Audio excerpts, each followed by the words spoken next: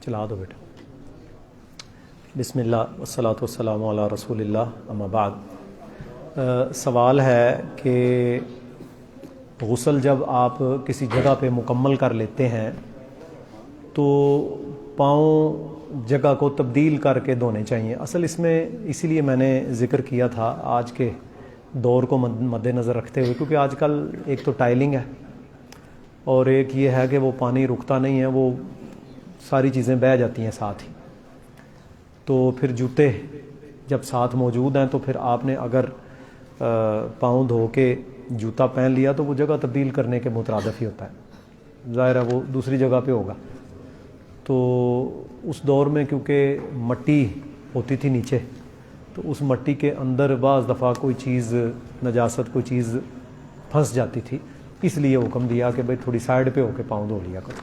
تو آج کل بھی اگر اسی واش روم میں تھوڑا سا بندہ ہٹ کے کر لے تب بھی کوئی حرج نہیں ہے، لیکن جب جوتا آپ کے پاس موجود ہے اور آپ پاؤں دھو کر دایاں اور بایاں جوتے میں ڈال لیں گے تو پھر وضو اپنا غسل آپ کا اور وضو دونوں مکمل ہے، اس میں کوئی حرج والی بات نہیں ہے. ایک سوال تھا بھائی کا کہ بعض لوگ کہتے ہیں کہ اٹیچ باتھ روم ان کے اندر وضو نہیں ہوتا. یعنی یہ بھی ایک بھائی صحیح بات یہ ہے کہ اٹیچ باتھ روم جو ہیں یہ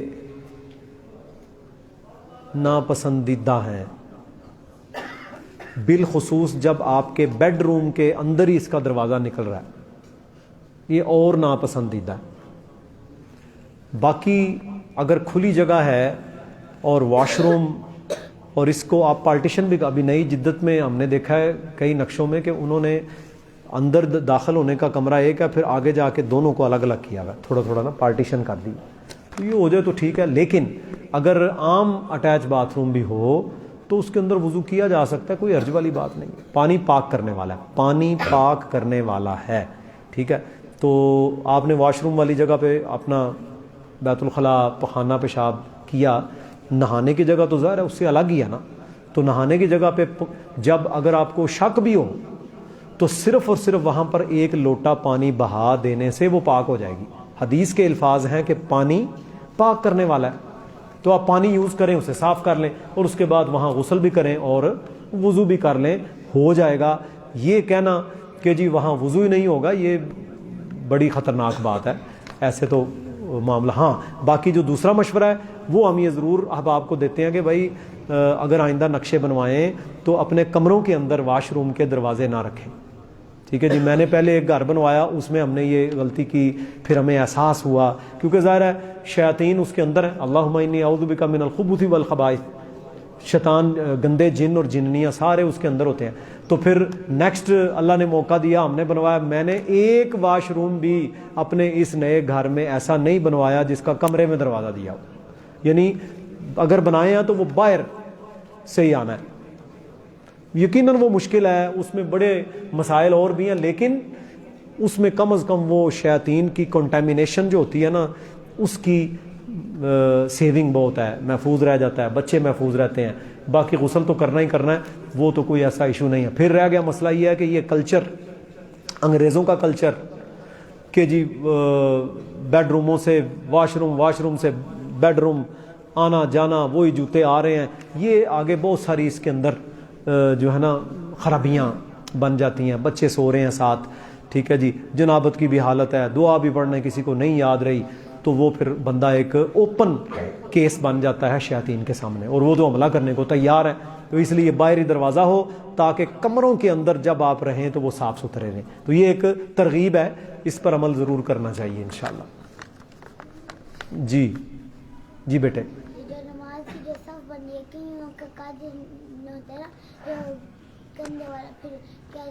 ہاں شاباش، بیٹھو. بڑا محدث بچہ ہے جی یہ، اور بڑا شاندار اس نے سوال کیا ہے کہ صف بندی میں کہتا ہے کہ جو جس کا قد ہی چھوٹا سا ہوتا ہے بچے کا، تو وہ لمبے قد والے کے ساتھ کیسے صف ملائے. یہ انشاءاللہ نا ہم جمعے میں صف بندی کو ڈسکس کریں گے اگلی دفعہ. لیکن ایک بات میں آپ کو یہ بتا دیتا ہوں بیٹے کہ بچے جو ہوتے ہیں نا بچوں کی صف رسول اللہ صلی اللہ علیہ وسلم نے الگ بنوائی ہے. تو جو جس لیول کے آپ ہو نا، جتنی لینتھ آپ کی ہے، آپ کے قد کے سارے پیچھے صف بنائیں گے. تو جب بچوں کی صف ہوگی تو پھر آپ کندھے بھی ملا سکتے ہیں. ٹھیک ہے نا. تو بچوں کی صف جو اس میں اصول یہ رکھیں کہ 10 سال سے کم عمر بچے جو ہیں وہ پیچھے صف بنائیں، کیونکہ 10 سال کی عمر کا بچہ اس پہ نماز فرض ہے، وہ تو نماز پڑھے گا ہی پڑھے گا. تو 10 سال سے کم عمر بچے پیچھے صفیں بنائیں، اور وہ ظاہر قد بھی ان کے تقریباً برابر ہی ہوں گے، آسانی سے وہ صف بندی بھی کر سکتے ہیں. اچھا جی، پچھلے خطبہ جمعہ سے چند سوالات بچوں سے ہم نے کرنے ہیں. آپ نے صرف ہاتھ کھڑا کرنا ہے. کن کن چیزوں سے وضو ٹوٹ جاتا ہے؟ ہاتھ کھڑا کرنا ہے جس کو پتا ہے. بھائی وضو کن کن چیزوں سے ٹوٹ جاتا ہے؟ یہ بچے بتاؤ. بولو. جی جی، شرمانا نہیں، میرے یہ کوئی شرم نہیں. ہوا خارج ہونے نال وضو ٹوٹتا ہے. اور اونٹ کا گوشت کھانے. دیکھو نا جی، بچے کو یہ یاد رہ گیا ہے کہ اونٹ یا اونٹنی کا گوشت کھانے سے وضو لازم ہے. یہ چھوٹی بات ہے. اور پیشاب یا پخانہ ہے. ٹھیک ہے، بیٹھو، شاباش.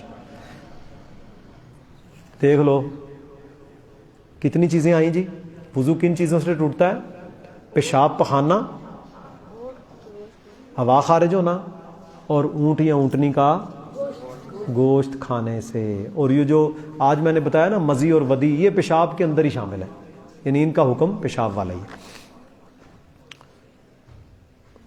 اچھا جی، وضو شروع کرنے سے پہلے کیا پڑھنا لازم ہے؟ ٹھیک ہے، وہ تو سب کو ہی پتہ ہے. اچھا جی، وضو کتنی بار کرنا جائز ہے اور کتنی بار زیادہ سے زیادہ دھو سکتے ہیں اعضاء کو؟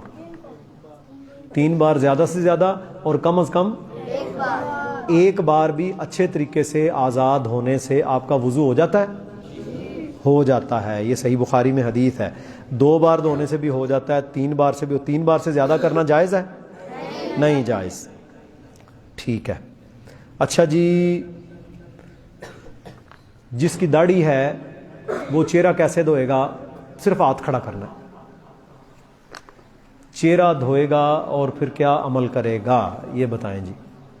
جی بیٹے آپ بتائیں. ہاں، چلو بار کے نا ادھر پانی پھینکنا ہے اور پھر نیچے سے خلال کر لینا، داڑھی کا خلال کرنا. ٹھیک ہے. سر کا اور کانوں کا مسح کرنے کا طریقہ کس کو یاد ہے؟ صرف بتانا ہے. سب سے چھوٹا جو ہے نا جی، اس سے ہم پوچھیں گے نا، پتہ تو لگے. آپ بتائیں بیٹے.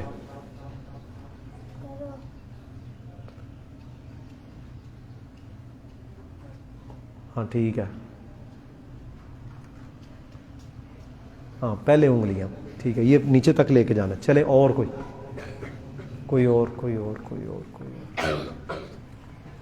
چھوٹا. تو بچے دا ٹوپی نیچے رکھ دو، کوئی مسئلہ نہیں. سامنے آ جائیں، کر کے دکھائیں. ٹھیک ہے. آپ نے بھی ایک غلطی کی ہے. آپ بیٹے ٹوپی نیچے. سر اور کانوں کا مسح کیسے کرنا ہے؟ یہ انگلی اٹھائی کیوں ہے؟ ان کو کم ہے. ٹھیک ہے.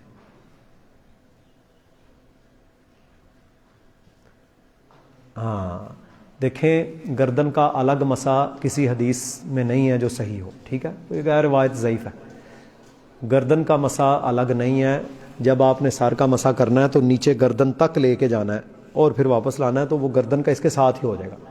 اور یہ جو آپ نے کانوں کا مسح کرنا ہے نا، یہ پہلے کانوں کے سوراخ میں ڈال کے یہ جو رستہ بنا ہوا ہے نا، ساؤنڈ ویو، ٹھیک ہے جی، اس کے اندر مکمل آ رہی ہے. یہ جو آپ کا بنا ہوا ہے، اس کے اندر ہاتھ پھیرنا ہے اور پھر پیچھے. ٹھیک ہے، تو یہ طریقہ کار ہے. گردن اس کے ساتھ شامل کیا کریں، یہ نہیں کہ آدھے سے. اور پھر یہ جو انگلی اٹھا لیتے ہیں نا ایسے یا ایسے، یہ پتہ نہیں کس نے سکھائے ہوئے ہیں طریقے برے صغیر میں. شریعت میں اس کی کوئی دلیل نہیں. پورے ہاتھ سے آپ نے مسح کرنا. اچھا جی، وضو اچھا جی مسا، کن کن چیزوں پر مسا کرنا جائز ہے؟ ہاتھ کھڑا کرنا ہے، بولنا نہیں. کن کن چیزوں پر مسا کرنا جائز ہے؟ ہاں جی ہاں جی ہاں جی ہاں جی ہاں جی ہاں جی ہاں جی. اور آپ بیٹے بتائیں، میں ذرا ان سے پوچھتا ہوں جو نا ذرا نیو کمرز ہیں. جی بیٹے. موزے، موزے ہاں. اور بس بیٹھو. اور جی کن کن چیزوں پر ایوے ہے نا؟ موزے اور پگڑی. واہ جی واہ، ماشاء اللہ. جرابیں، جرابوں پر مسا کرنا جائز ہے، موزے پر مسا کرنا جائز ہے، اور پگڑی، پگڑی جو باندھی ہوئی ہو نا بڑی مشکل سے بنتی ہے، اس کو بھی اتارنا لازم نہیں ہے. حدیث کے اندر ہے کہ اس پہ مسا کر لیں. ایک چیز رہ گئی ہے، ہاتھ کھڑا کریں. اور کس چیز پہ جی؟ پٹی. یعنی کہیں زخم ہو آپ کو، وہ ڈریسنگ کی ہوئی ہے تو اس کو ظاہر زخم ہے، اس کو کھولنا الاؤڈ نہیں ہے، تو آپ پٹی کے اوپر بھی مسا کر سکتے ہیں. کتنی چیزیں ہو گئی جی؟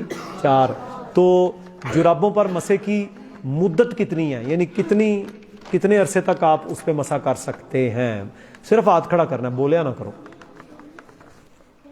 اچھا جی اچھا، آپ بتائیں بچے. اگر کوئی آدمی سفر میں جا رہا ہے وہ 3 دن تک مسا کر سکتا 3 دن اور 3 راتیں. ہے. جو گھر پہ ہے وہ 1 دن 1 رات. ماشاء اللہ، شاباش. یعنی اگر آپ سفر میں ہیں تو 3 دن اور 3 راتیں آپ مسا کر سکتے ہیں، اور اگر آپ اپنے علاقے میں ہیں تو پھر 1 دن اور 1 رات، 24 گھنٹے. ٹھیک ہے. اچھا جی ایک سوال ہے، اگر کسی نے فجر کی نماز کے وقت وضو کیا اور جرابیں پہن لیں تو اگلی بار کب وہ اپنے پاؤں دھوئے گا؟ اگلی فجر جب اس نے وضو کرنا ہے نا تو اس نے جرابیں اتارنی ہیں اگر اپنے گھر میں ہے. ٹھیک ہے. اگلی فجر تک جتنی نمازیں وہ پڑھ رہا ہے. اچھا آپ نے جرابیں پہنی ہوئی ہیں، آپ جرابیں پہن کے سو سکتے ہیں؟ پیشاب پخانہ کر سکتے ہیں؟ کر سکتے ہیں. ہوا خارج ہو جائے کوئی مسئلہ نہیں. ٹھیک ہے نا جی. یعنی آپ نے وضو کر کے جرابیں موزے پہن لیے، آپ پیشاب کریں، پخانہ کریں، سو جائیں، کوئی مسئلہ نہیں. اٹھیں، اٹھ کے مسا کر لیں. اگر آپ پر غسل فرض ہو جائے تو پھر کیا کرنا پڑے گا؟ پھر جرابیں اتارنی پڑیں گی.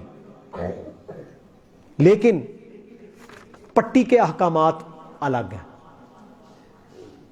کیونکہ وہ مجبوری ہے.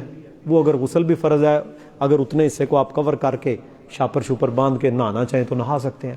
اگر وہ بھی ممکن نہ ہو تو پھر تیمم کر لینا بھی کافی ہے. وہ ایک الگ مسئلہ آپ کو بتایا تھا. اچھا جی مجھے نا جی کوئی بچہ تیمم کا طریقہ، بولنا نہیں، کر کے دکھانا ہے،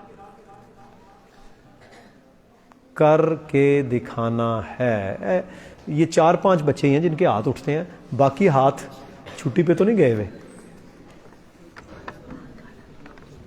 او بھائی یہ آپ وہ چیزیں سیکھ رہے ہیں، میں قسم اٹھاتا ہوں اس اللہ کی جس کے ہاتھ میں ہماری جان ہے کہ یہ آپ کو کروڑوں روپیہ دے کے بھی نہیں ملتی.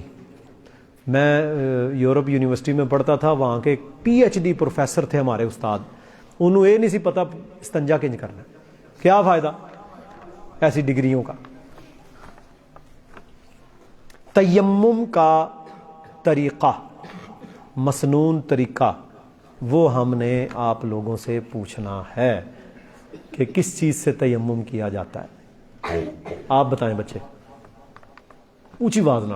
پاک مٹی سے بسم اللہ، پہلے ہاتھ بسم اللہ پڑھ کے کیا کرنا ہے؟ مٹی پہ ہاتھ مارنا ہے. دھونے پہلے ہاتھ نہیں، بائیں ہاتھ کو دائیں کی بیک سائڈ پہ، دائیں کو بائیں کی بیک سائڈ پہ پھونک مار کے منہ تے پھیرنا ہے. بس یہ تیمم ہو گیا. بڑا سادہ. صحیح بخاری میں یہ الفاظ ہے. یہ آپ کا تیمم وضو کے لیے بھی کافی ہے، غسل کے لیے بھی کافی ہے.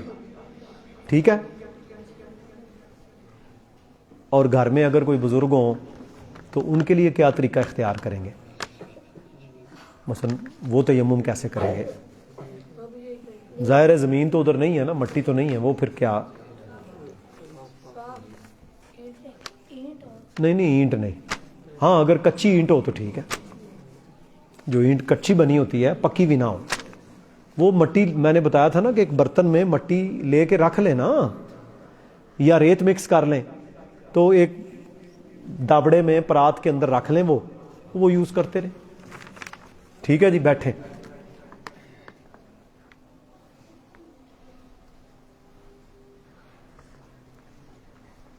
اچھا جی، وضو کرنے کے بعد جو مسنون دعا ہے، یہ 2 دعائیں میں نے سکھائی تھیں، وہ کس کو یاد ہے؟ جو مسنون دعائیں میں نے سکھائی تھیں وہ دونوں دعائیں کس کو یاد ہیں؟ کوئی ہے جی جس کو دونوں دعائیں یاد ہوں؟ بچے آپ سنائیں، بیٹے آپ سنائیں وضو کے بعد کی دونوں دعائیں. اشهد ان لا اله الا الله واشهد ان محمد اشهد ان لا اله الا الله وحده لا شريك له واشهد ان محمدا عبده ورسوله اللهم اجعلني من التوابين واجعلني من الطاهرين. اس کے بارے میں نے کیا بتایا تھا؟ سبحانك اللهم وبحمدك. یہ جو ہے نا اللہم اجعلنی من، یہ قرآن کی آیت ہے، اس میں کوئی شک نہیں، لیکن یہ ترمذی کی روایت ہے اور مضطرب روایت ہے، یہ سندن صحیح نہیں ہے، ضعیف روایت ہے. جو صحیح سند کے ساتھ پڑھنا ثابت ہے وہ ہے اشہد ان لا الہ الا اللہ وحدہ لا شریک لہ واشہد ان محمدا عبدہ ورسولہ، اور دوسرا سبحانک اللہم وبحمدک اشہد ان لا الہ الا انت استغفر، یہ پڑھنا ثابت ہے، یہ پڑھا کریں. ٹھیک ہے. اچھا، وضو کی دعا پڑھتے ہوئے کچھ بدعات ہوتی ہیں، وہ کون سی ہیں؟ وہ جو لوگ ہمارے ہاں کرتے ہیں. جی بیٹے. مثلا وضو کیا اور ایسے آسمان کی طرف دیکھنا شروع ہو جاتے ہیں، یہ پتہ نہیں کہاں سے نکالا ہے، اس کی کوئی دلیل نہیں ہے. ویسے دعا پڑھیں، بہت زیادہ بینیفٹ ہے. سمجھ آ گئی جی انشاءاللہ وضو کا طریقہ پورا. اب غسل کا طریقہ اور آج جو ہم نے تقسیم بتائی ہے وہ آپ نے پورا. جی بیٹے. جو کہتے ہیں کہ دائم مطلب موٹے پہ پانی 3 مرتبہ پھینکنا. او یار دیکھیں، یہ سب میں نے کہا یہ تکلفات ہیں، راہ جاندی ٹینشن. پہلا دائیں کندھے تے 3 واری، پھر بائیں کندھے. بھئی کیا مصیبت پڑی ہوئی ہے؟ آپ نے 3 چلو بھر کے ڈالے. صرف سنت میں کیا ثابت ہے؟ رسول اللہ صلی اللہ علیہ وسلم کوئی بھی کام جب آغاز کرتے نا تو دائیں طرف سے کرتے. یہ ایک عام سنت ہے. جرابیں پہننی ہے پہلے دائیں، اتارنی ہے پہلے لیفٹ. ٹھیک ہے نا جی. دستانہ پہننا ہے پہلے دائیں، یعنی دائیں طرف سے. تو آپ یہ کریں کہ چلو ڈالیں اوپر اور دائیں طرف سے پانی ڈالنا شروع کریں، باقی پورا جسم دھونے. پہلا سجے پاسے 3، پھر کھبے، پھر جناب وہ کندھا غرارے کرو جی، یہ کرو. وہ بات یہ ہے جب آپ نے وضو کر لیا، ناک میں اچھے طریقے سے پانی چڑھا لیا تو کافی ہے. اگر آپ نے یہ نقطہ بھی ہم بیان کر دیں، اگر آپ نے روزے کی حالت میں آپ پر غسل واجب ہو گیا، مثلا روزہ رکھ کے آپ سوئے، احتلام ہو گیا، اس بندے کو نہانا پڑے گا. تو روزے کی حالت میں جب وہ غسل جنابت کرے گا تو اس کے لیے لازم نہیں ہے کہ وہ ناک میں پانی چڑھائے. اس میں اصول وہی ہوگا وضو والا کہ جس میں حدیث میں رسول اللہ صلی اللہ علیہ وسلم نے فرمایا کہ روزے کی حالت میں وہ پانی نہیں چڑھائے گا، یعنی ویسے ناک ایسے سیدھا ہی منہ رکھ کے نا صاف کر لے. تو عام حالت میں تو وہ ایسے کرے گا نا اوپر تک جائے. تو روزے کی حالت میں اگر غسل کرنا ہے تو وہ آپ کا بغیر پانی چڑھائے ہو جائے گا. اچھا دیکھیں نا جی، غسل اصل ہے شریعت سنت کی روشنی میں. اب دیکھیں ذرا تھوڑی سمجھیں بات. سنت کے مطابق اللہ کے نبی نے بیان فرمایا کہ روزے کے بغیر غسل تب ہوگا جب ناک کی نرم ہڈی تم گیلی کرو. ٹھیک ہے. اور روزے کی حالت میں اسے گیلا نہ کرو. عام حالات میں اگر آپ ناک کی ہڈی گیلی نہیں کریں گے وضو غسل نہیں ہوگا. روزے کی حالت میں اگر گیلی کریں گے تو روزہ ٹوٹ جائے گا. تو ثابت کیا ہوا؟ غسل اور وضو وہ ہے جو سنت کے مطابق ہو. جب جہاں جیسے کرنا ہے وہ طریقہ اللہ کے نبی نے بیان کیا ہے. ہمارے یہاں وہمی بندے نے نا کہنا جی لو جی میں اوڑنا جدو تک میں ٹھیک ٹھاک. اب بھائی تو روزے کی حالت میں ہے، تو اگر پانی چڑھائے گا تیرے حلق میں جائے گا، تیرا روزہ ٹوٹ جائے گا. تو سنت کے مطابق جہاں جو وضاحت ہے اس کے مطابق کریں تو ہو جائے گا انشاءاللہ. جی اس سے ہٹ کے ایک سوال ہے. جی جی. نماز کی حالت میں پاؤں کے ساتھ پاؤں ملانے کے بہتر طریقہ ہاں وہ دیکھیں نا جی، نماز کی حالت میں پاؤں کے، یہ بھی صف بندی میں انشاءاللہ نیکسٹ ویک ہم ڈسکس کریں گے. اصل دیکھیں پتہ کیا چیز ہے، اس میں بڑی تفصیل ہے. انشاءاللہ نیکسٹ جمعہ میں میں کوشش کروں گا کہ صف بندی، کیونکہ یہ پورا ٹاپک ہے، میں نے اس کو اگر ابھی کھولا نا تو ادھا پونا گھنٹہ لگ جانا تھوڑا صف بندی تھے. یہ پورا ٹاپک ہے. تو صف بندی میں انشاءاللہ کوشش کریں گے 2-3 لڑکے ادھر رہیں قریب، ان کو کھڑا کر کے ہم لوگوں کو صف بندی کر کے دکھائیں گے. ٹھیک ہے نا جی، کہ لو جی اینج ہوتا جی. تو اس میں جو مسکنسیپشنز ہیں، جو غلط لوگوں نے باتیں بیان کی ہوئی ہیں کہ لو جی گٹے سے گٹا تو ملانا ہی الاؤڈ نہیں ہے، گھٹنے سے گھٹنا تم کیسے ملاؤ گے، یہ ساری سمجھ کریں کہ تاکید کے لیے بیان ہوا ہے، بس تاکید کہ بھئی صاف ملانی ہے. تو باقی تفصیل انشاءاللہ اس میں آئے گی. یہ بڑا اہم ٹاپک ہے. بچوں ایک بات یاد رکھ لو، ہم نے آپ کو صرف قرآن پڑھنے والا قاری نہیں بنانا، ہم نے آپ کو باعمل سنت کے مطابق نماز پڑھنے والا اور باعمل مسلمان اور قرآن و سنت پر چلنے والا، اور بعد میں آپ اچھے عالم، مولوی، ڈاکٹر، انجینئر، سائنسدان، کاروباری، دکاندار جو بنے، لیکن آپ یہاں سے جو دین لے کے جائیں یہ آپ کے پاس ہو، تربیت آپ کے پاس ہو، جہاں جائیں تربیت آپ کے پاس ہو. یہ چاہیے ہمیں، یہ چاہیے ہمیں، اور انشاءاللہ تعالی اس پر ہم عمل کریں گے. اب آپ کے نا اسی مدرسے کے 2010 کے اندر وہ بچہ پڑھتا تھا، موسیٰ نام تھا اس کا. تو وہ میں نا جی 3 ہفتے پہلے پارک میں تھا تو مجھے کندھے پہ ہاتھ لگا، السلام علیکم استاد جی. میں انہوں کچھ تھوڑا جا پہچانے، کافی ماشاءاللہ میرے جتنا قد تھا اس کا. تو میں نے کہا آپ کیا؟ کہتا ہے میں تو فرانس چلا گیا ہوں. اچھا ٹھیک ہے جی، فرانس چلے گئے ہو. تو میں نے کہا کیا تمہارا سوچ فکر ہے؟ تو اس کے یہ الفاظ ہیں، کہتا ہے جی الحمدللہ جو ہم نے جمعے پڑھے، جو سیکھا تھا، جو عقیدہ سکھایا، کیونکہ میں اس وقت نا یہاں میری رہائش تھی ڈاکٹرز ٹاؤن میں، تو میں واپسی پہ ہفتے والے دن صبح گاڑی ادھر کھڑی کر کے اسمبلی میں بچوں کا ٹیسٹ لیا کرتا تھا. ابھی ہم نے جمعے کو کر لیا کیونکہ میں ابھی شفٹ ہو گیا ہوں سٹی کے اندر. تو میں نے کہا ہاں بتا. تو ساتھ اس کے مسز تھی، اس کی نئی شادی ہوئی تھی، مکمل باپردہ، داڑھی اس نے رکھی ہوئی تھی، حافظ تھا وہ. تو بات کرنے کا مقصد یہ ہے کہ بیرون ملک بھی گیا، اگر اس نے اپنا دین سنبھال کے رکھا، عقیدے پر قائم رہا، یہ کامیابی ہے. بات سمجھ آئی ہے؟ آپ کل کو ہو سکتا ہے کسی عہدے پہ چلے جائے، کوئی جج بن جائے، تو جو عقیدہ، جو سوچ، جو منہج آپ سیکھیں گے یہ ضائع نہیں کرنا. اصل یہ ہمارا مطلوب ہے، حافظ بھی بنے، اچھے قاری بھی بنے، لیکن باعمل مسلمان بھی بنے. ٹھیک ہے جی انشاءاللہ. اللہ رب العزت مجھے اور آپ سب کو عمل کی توفیق عطا فرمائے، اور آپ لوگوں کو اپنے والدین کے لیے اور ہمارے لیے صدقہ جاریہ بنائے. وآخر دعوانا ان الحمدللہ رب العالمین.